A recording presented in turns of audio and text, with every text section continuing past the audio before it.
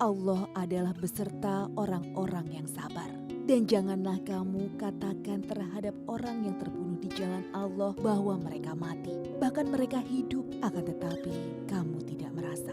Dan sungguh akan kami berikan cobaan kepadamu dengan sedikit ketakutan, kelaparan, kekurangan harta, jiwa dan buah-buahan. Dan berikanlah berita gembira kepada orang-orang yang sabar.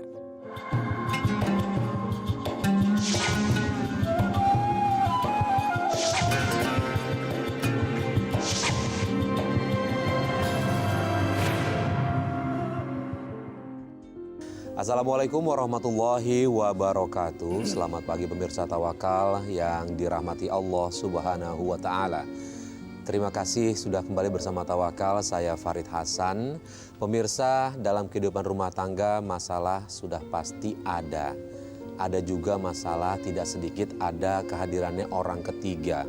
Bahkan orang ketiga ini diduga menggunakan ilmu hitam untuk merebut suaminya. Dan pemirsa, kasus itu juga menimpa salah satu narasumber kami yang alhamdulillah sudah ada di studio dengan Ibu Dini, betul? Iya, betul. Ya, Assalamualaikum Ibu Dini. Waalaikumsalam. Ya, terima kasih Ibu sudah hadir bersama kami di studio. Dan pemirsa, selain Ibu Dini juga sudah bersama kita Bapak Ustadz Nur Hayat. Assalamualaikum Pak Ustadz. Waalaikumsalam warahmatullahi wabarakatuh. Apa kabar Mas Farid? Alhamdulillah baik Pak Ustadz. Mbak Dini sehat? Sehat, alhamdulillah, Pak Ustadz. Ya, langsung aja nih Pak Ustadz nih. Tadi di pembukaan saya udah kasih tahu bahwa Ibu Dini ini punya masalah dengan rumah tangganya dan diduga ada kehadiran orang ketiga, dan orang ketiga itu menggunakan ilmu hitam nih Pak Ustadz untuk merebut suaminya. Lebih detailnya seperti apa? Nah, Ibu Dini bisa berkesimpulan kalau kehadiran orang ketiga ini merebut suaminya Ibu Dini ini dengan menggunakan ilmu hitam itu dari mana? Jadi begini Mas Farid, saya ibu dari 2 orang anak. Saya sudah menikah 5 tahun. Di tahun yang keempat suami saya tuh berubah gitu. Dan selingkuh dengan teman sekantornya. Dan ternyata teman sekantornya itu menggunakan pelet gitu untuk menarik perhatian suami saya. Dari mana Bu Dini bisa tahu kalau teman kantornya itu menggunakan pelet gitu? Ada waktu setelah kelahiran anak kedua saya tuh, saya kan sudah tidak bekerja lagi. Saya lebih banyak waktu senggang di rumah. Waktu suami saya tidur, saya nggak sengaja tuh baca SMS dari suami saya gitu, dan isinya itu sangat ya di luar dugaan aja. Banyak banget hal-hal yang membuat saya sakit hati gitu. Ternyata selama ini suami saya dalam pernikahan tuh tidak sesuai gitu. Yang paling saya sedih sama anak tuh lupa gitu. Iya. Bu Dini udah pernah nanya ke dia, kenapa kok berubah sikap gitu? Pernah nanya? Malah lebih marahan dia. Lebih marahan suami saya gitu. Kenapa sih tanya-tanya gitu? Jadi lebih marah gitu sampai buat saya sedih gitu Pak Ustadz. Ya. Jadi gini Bu Dini, yang mau saya tanya adalah yang tadi itu yang bukti soal peletnya itu, di percakapannya itu ada bahasa-bahasa yang Bu Dini ngerasa itu adalah bahasa-bahasa dari... Ada. Dia setiap meminta uang ke suami saya, ada bukti suami saya transfer uang juga ke perempuan itu. Terus jadi setiap mau ketemuan di luar kantornya itu ada buktinya. Ada buktinya? Ada buktinya. Ibu Dini ngeliat dia ngelakuin ritual-ritual kayak gitu, ada di situ? Ada. Oh iya? Oke, nih Pak Ustadz. Gimana nih Pak Ustadz? Tadi suaminya mulai berubah sikap setelah 4 tahun di usia pernikahan, mendapati kalau Ibu Dini ini suaminya itu selingkuh sama teman kantor. Ya, ini perilaku yang cukup menyedihkan. Dan saya turut prihatin Bu Dini, sabar atas ujian ini. Insya Allah ada hikmah besar yang akan Ibu Dini peroleh. Pelet ini memang diakui dalam ajaran Islam sebagai sebuah perilaku yang menyimpang, yang dosanya itu sangat besar, termasuk dari bagian dosa-dosa besar. Dosa-dosa besar itu kan banyak sekali. Termasuk dari 10 itu, yang nomor 1 adalah syirik kepada Allah. Dan dari rangkaian 10 itu salah satunya adalah sihir atau tenung atau pelet atau apapun namanya. Jadi ilmu pelet ini memang betul-betul ada, sampai dalam satu riwayat disebutkan Rasulullah sendiri pernah dipelet, pernah ditenung, pernah disihir oleh orang Yahudi. Dan sebagai manusia Rasulullah kena. Tapi kan Rasulullah langsung mendapat pertolongan Allah melalui malaikat Jibril, langsung netral setelah melakukan pembacaan ayat-ayat Quran. Jadi ilmu pelet yang dikirim oleh orang yang merebut suaminya Mbak Dini ini tentu ilmu yang tidak benar, alias ilmu hitam. Dan cara untuk menghadapi ilmu hitam itu tidak lain kecuali Al-Quran. Saran saya, dan ini juga untuk para pemirsa ANTV dimanapun berada, setiap pagi dan petang, ya, habis subuh misalnya, setelah maghrib, pastikan kita membaca Qul huwallahu ahad 3 kali, Qul a'udzu birabbil falaq 3 kali, dan Qul a'udzu birabbin nas 3 kali. Itu tiap pagi dan petang. Tiap pagi dan petang. Lalu ditambah dengan suratul Fatihah dan ayat kursi. Nah, itu kalau yang pendek. Nah, kalau ingin lebih kuat lagi, misalnya kayak Mbak Dini yang suaminya direbut orang dengan ilmu pelet, bacain ayat kursi. Makanannya, minumannya, sambil masak, sambil bikinin kopi, bikinin teh, sambil baca ayat kursi. Dengan niat yang khusus, semoga ini menjadi pagar dari keluarga kami atas serangan-serangan ilmu hitam yang dikirim oleh orang yang kita tidak kenal, apakah karena iri, karena dengki, atau karena ingin merusak hubungan kita. Insya Allah apa yang saya sampaikan tadi itu dasarnya jelas dari hadisnya Rasulullah, banyak sekali dari kitab-kitab yang muktabaroh, kitab-kitabnya diakui, termasuk yang banyak itu kitab Syamsul Ma'arif miliknya Syekh Al-Buni, itu juga merangkai dan mengurai cukup panjang lebar tentang fadilahnya ayat kursi. Nah, kalau itu kan untuk menangkalnya Pak Ustadz. Untuk kedepannya jika pemirsa punya kasus yang sama bisa menangkal dengan seperti itu. Nah, tapi ini udah kejadian sama Ibu Dini. Nah, saya mau tanya lagi Bu Dini. Bu Dini, keluarga tahu nggak apa yang terjadi sama rumah tangga Bu Dini dengan si suaminya berselingkuh? Iya, tahu. Tahu keluarga dari Bu Dini sendiri atau keluarga dari suami? Dari mertua. Mertua Jadi, tahu. Di saat saya sedih, saya coba cerita gitu, karena saya kan perlu sharing, saya salah atau tidak. Gitu. Ternyata mertua saya tuh tahu gitu, dan yang lebih menyakitkan dari saya tuh saya disuruh pisah sama suami. Karena posisi saya udah nggak kerja lagi gitu, jadi mertua saya tuh bilang ya udah kamu cerai aja sama suami gitu, karena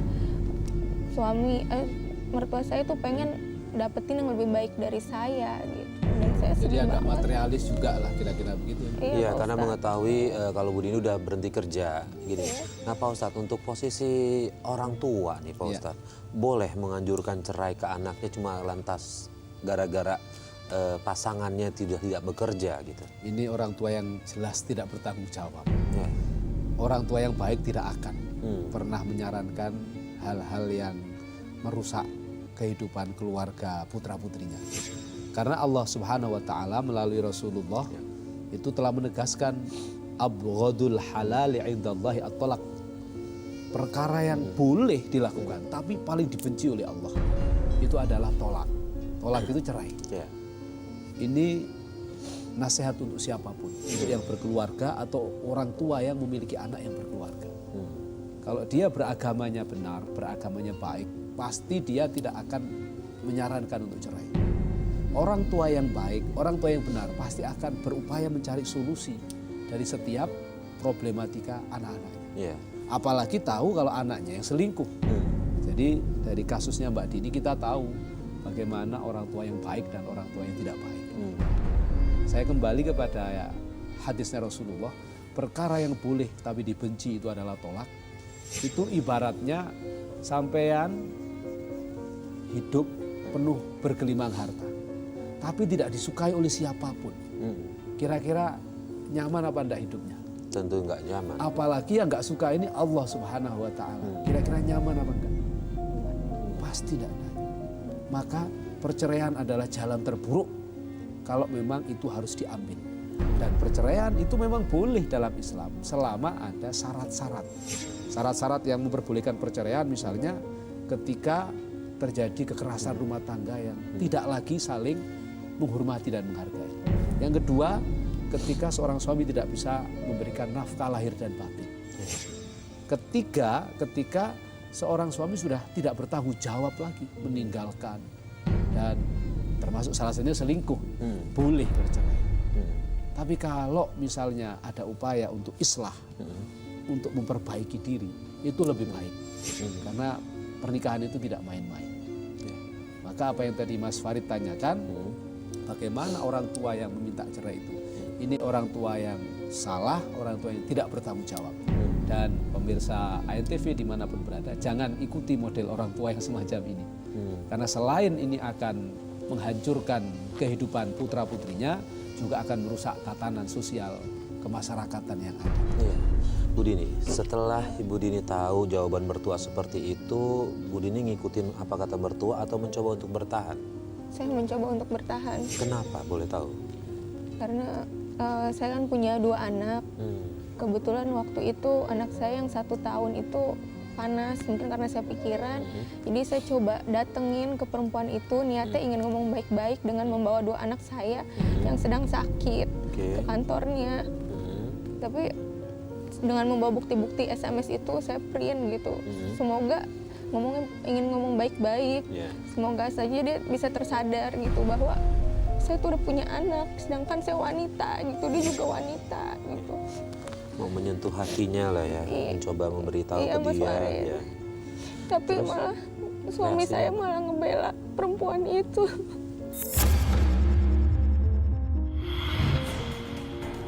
Mbak, saya mau minta tolong sama Mbak. Tolong jauhi Mas Riki. Saya tahu Mbak dulu punya hubungan sama Mas Riki waktu masih sekolah. Tapi sekarang Mas Riki udah punya keluarga, Mbak. Udah punya anak sama istri. Maksud lo apa sih? Datang ke kantor, terus lo ngomong nggak jelas kayak gitu. Udah deh Mbak, kamu nggak usah pura-pura nggak tahu. Saya udah punya bukti kalau Mbak punya hubungan sama suami saya.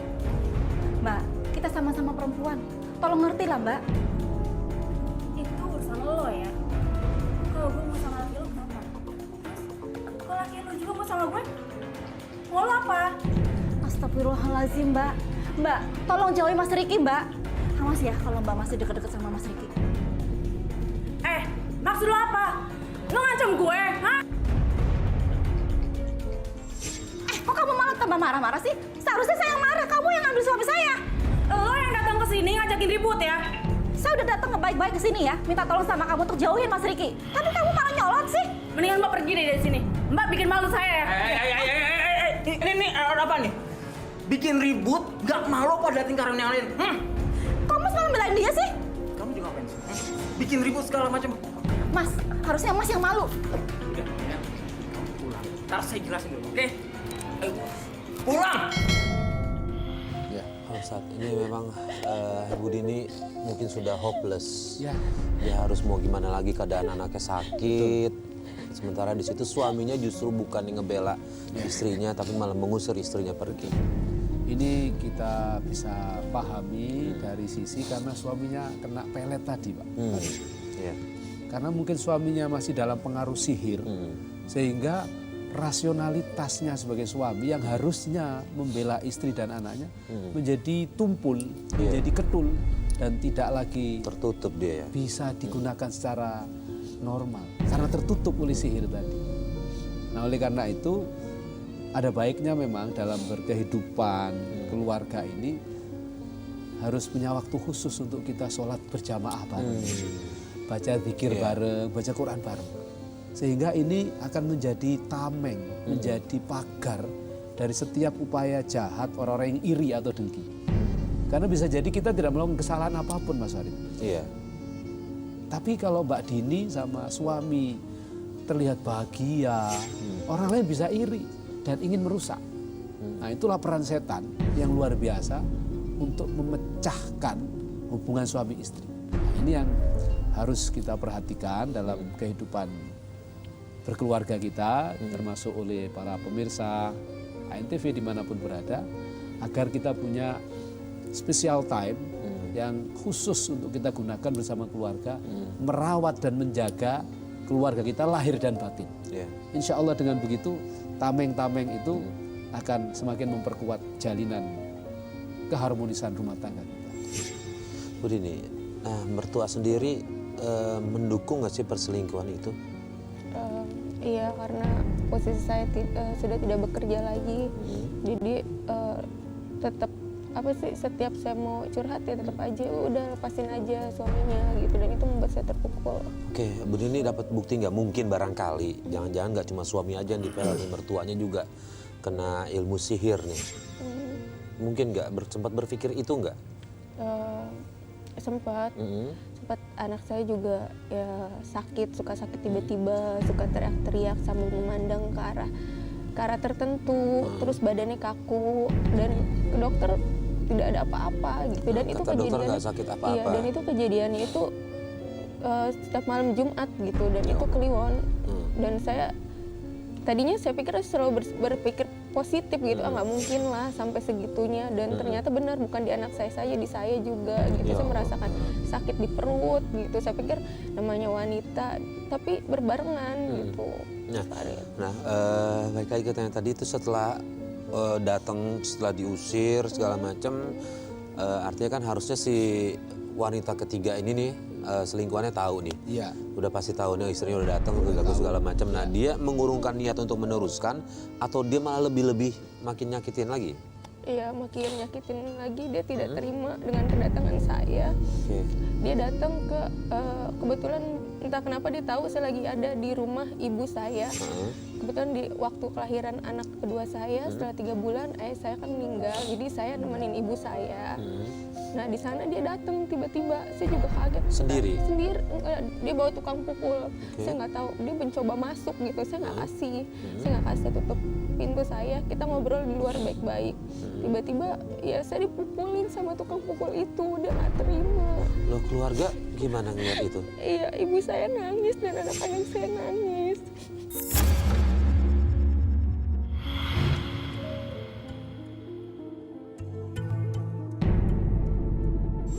Maksud apa bikin malu gue di kantor? Lagian kamu makan di sini. Mendingan kamu angkat kaki di rumah saya. Saya nggak sudi rumah saya diinjak sama wanita murahan kayak kamu. Jaga ya mulut. Masuk sini kamu perhitungan sama lo. Maksud kamu apa? Kamu bohongin saya ya? Perhitungan dia, Pak. Jangan macam-macam sama bos gue. Ingat itu.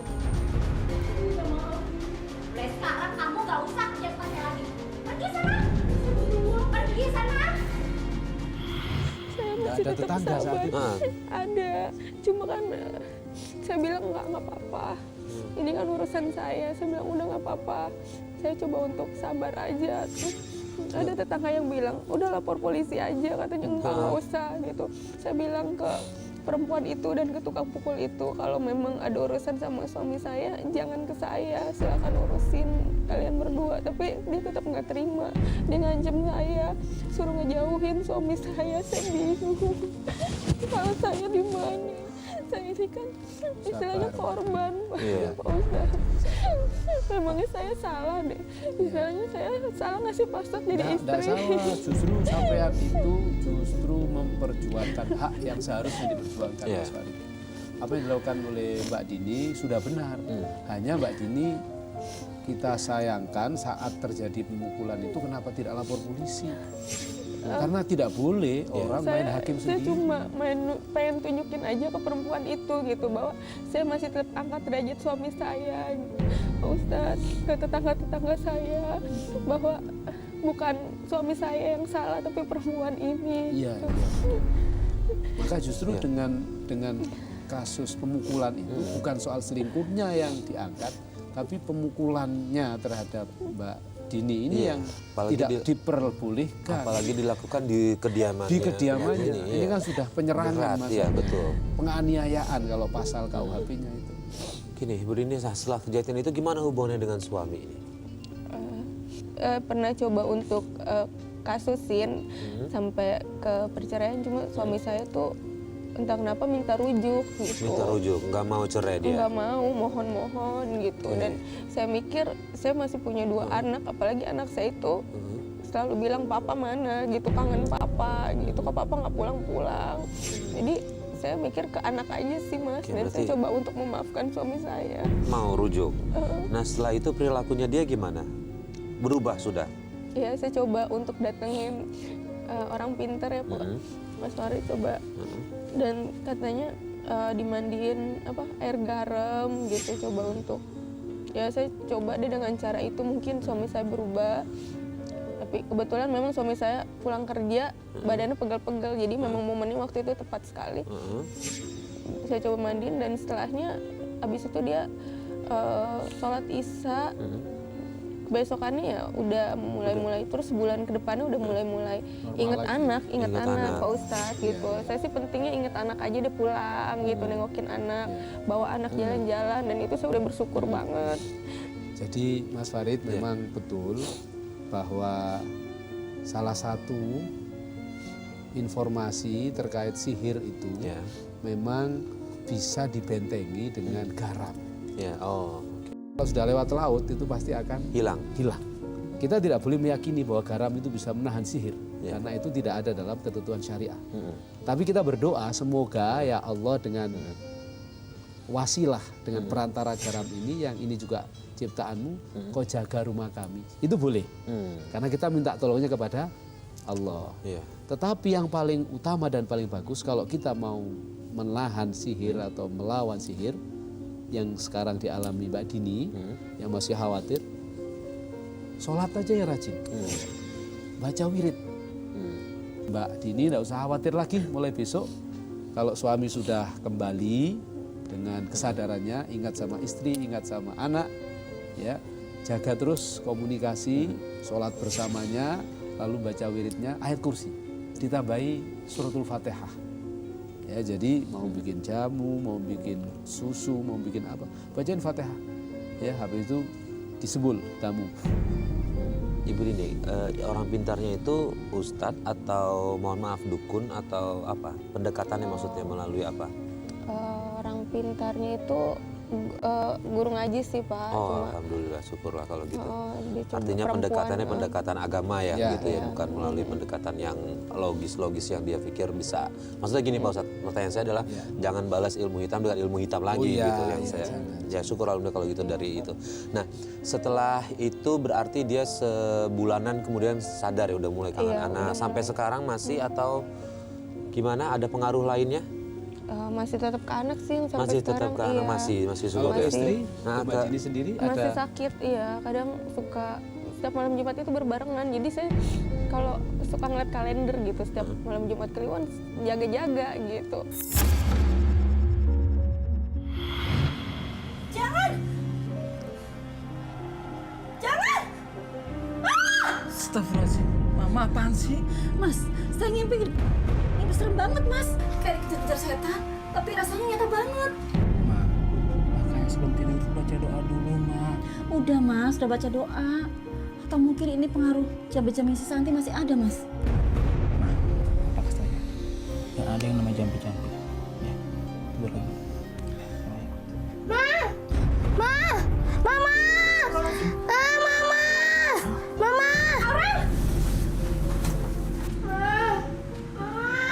Astagfirullahaladzim, Aurel. Aurel.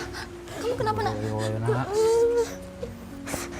Ya Allah Mas, badan Aurel panas banget Mas. Tunggu, Ma. Perasaan di sebelum tidur nggak kayak gini, Ma, panasnya. Iya, makanya Mas. Oh ya Mas, ini hari apa Mas?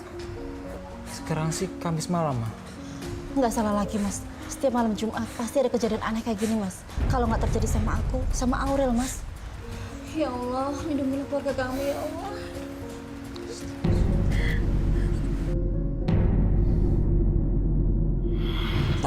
Tahu siapa yang nyerang? Ya saya menduga ya perempuan itu, karena dari kasus pemukulan itu, dan dia tahu kita rujuk lagi, bahkan dia ngajakin nikah ulang gitu sampai suami saya dan dari situ tuh udah mulai mendekati normal lah ya Pak Ustadz. Cuma ya setiap malam Jumat itu masih sama gitu. istri atau selingkuhannya itu sudah pisah berarti. Iya, jadi Karena gini. ini masih satu kantor. Masih satu kantor Pak Ustadz, cuma dan sudah pasti nggak mempan ke komunikasi. suaminya, dia sekarang nyerang ke istri dan anak-anaknya nih Pak Ustadz. Nah artinya Masih khawatir. sama suaminya Mbak Dini sudah tidak lagi Tidak ada hubungan mereka. Hubungan berarti si perempuan itu. Sama bukti sih nggak ada ya Pak Ustadz ya, cuma masih ada khawatir aja karena sudah apa ya, satu kantor gitu. Belum menikah perempuannya itu ya. Sudah pernah menikah, cuma Divorce ya, gagal. nggak Ya. pernah. Dan sekarang dapat info dia alhamdulillah sih sudah berhijab, semoga aja berubah. Amin. Ya kita doakan. Saya doakan. Ya, Jadi kita- Mbak Dini memang selain membentengi diri, saya kira doakan kepada Allah semoga perempuan itu dibuka hatinya dan sadar. Iya. Karena kalau kita balas dengan kemarahan dan kebencian Mas Farid, Iya, capek di kita. betul. Tapi kalau kita doakan ya Allah semoga perempuan yang mengganggu suami saya kau buka hatinya sehingga dia berhenti tidak lagi mengganggu. Mungkin akan menjadi lebih baik. Dan untuk yang setiap malam Jumat Kliwon Iya, itu Mbak Dini tidak usah khawatir lagi sekarang.